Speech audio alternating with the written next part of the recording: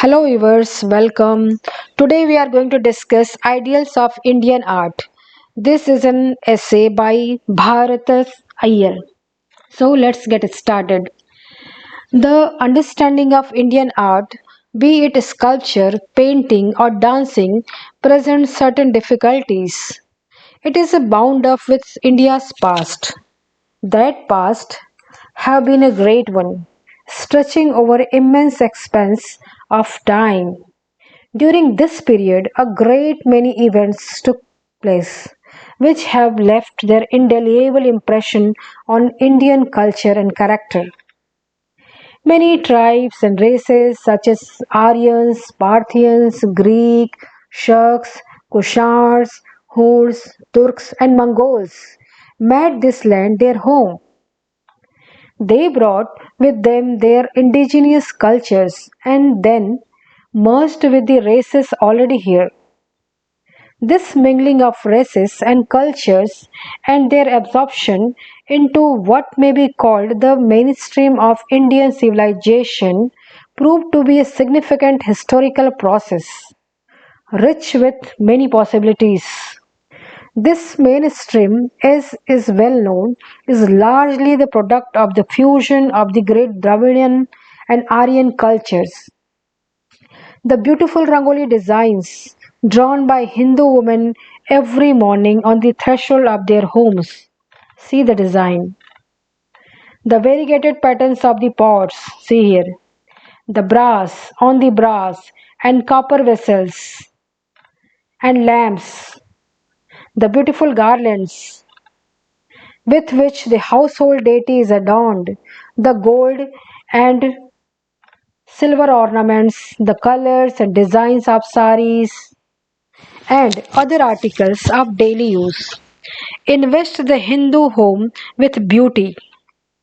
The temples of imposing architectures adorned with sculpture and paintings. See, temples adorned with paintings and sculptures. Here, Sun Temple, and here painting in the temple. The festivals and the dramas and dance associated with religious rites. The wandering storyteller versed in legend, poetry, and the teaching of religion. See here, storyteller, wandering storyteller. All this brought cultures and the arts very near to the daily life of the people. The arts, in this way, were integral to life. They were not luxuries and were never seen until recently in isolation from life and as idle individuals' accomplishments, expressing personal idiosyncrasies, peculiarities. A purely personal art had no place in Indian tradition. The artist and the onlookers shared a common inspiration.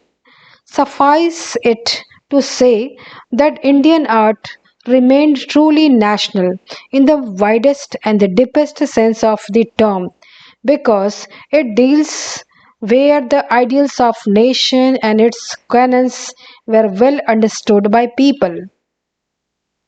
The architects who built the marvelous shrines of India, the artists who painted the exquisite frescoes of Ajanta, see frescoes of Ajanta, here Bagh, Sita Vassal, see here, Kanchipuram, Kanchipuram temple, remains unknown to us. Who are the great sculptors who have covered this land from one end to the other with their superb masterpieces in stone painting, and bronze? Who conceived the image of the Buddha in meditation? And who was the master who wrought the dancing figure of Nataraj? These questions, so momentous to us who look at the art diverged from its setting, are meaningless in context of Indian tradition. The artist, whoever he may, whoever he was only voicing or giving shape to the visions and ideals of the race. There were there was nothing purely personal in it. This anonymity of Indian art only emphasizes its truly national character. It is national, not individual. The main interest of the Indian artist, it will be noticed, is the human form. It was an unending source of creative joy to him.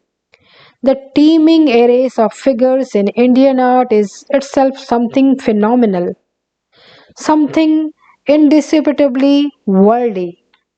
The figures of men and women are depicted from every possible angle. They are caught in thousands attitude in course of rhythmic movement, both instinctive as well as studied. Such variegated and lovely patterns made by the body when swayed by the playful forces of emotion and deliberation can hardly be found in the art of any country. The abundance of female figure in Indian art, all periods displaying the varied charms of womanhood, is another striking trait that hardly fit in the other worldly intentions and the religious bias which have been attributed to Indian art. Indian art remained a collective expression of racial experience of the people. As was said earlier, India has manifested a peculiar genius to assimilate and absorb foreign elements so well as to leave hardly any trace of the original influence. This pronounced trait in the Indian character exerted a profound influence in shaping the social order, culture, and art of India. The process of absorption and giving a new look to the older features was long one, extending from the Vedic age for down into the medieval period of Indian history. Aryanization did not uproot the old indigenous culture. Much of the popular Hinduism is of non Aryan origin. In the Vedic period, Brahma was not an important deity. Vishnu had hardly emerged. He exists in the association with the sun god Surya. Shiva appears to be a later adaptation. In course of time, this non-Aryan deity arose in majestic splendor as a great god, unexcelled and found his place in Hindu trinity, Brahma, Vishnu and Shiva. See Trinity. The evolution and fusion are extraordinarily symbolized in the conception of Trimurti, the Trinity, which is a classic example and congregation of historical process referred to. Hinduism grew like a rambling mansion, housing varied beliefs ranging from the worship of trees and serpents to the worship of great and gracious God like Shiva and Vishnu and Ishwar, the Supreme One, in whom all this merged and all of these conceptions were incorporated in Hindu art. Thus, varying lower orders of faith were used as steps to arrive at the zenith of the highest. This vast pyramidical structure represented the collective expression of Indian mind. And speaking of Indian art, it it should be remembered that it is the art of vast subcontinent and has a long history with well developed conventions. Therefore, it would be wrong to generalize or to limit its characters and qualities. The ideals that shaped it and the qualities it developed are many.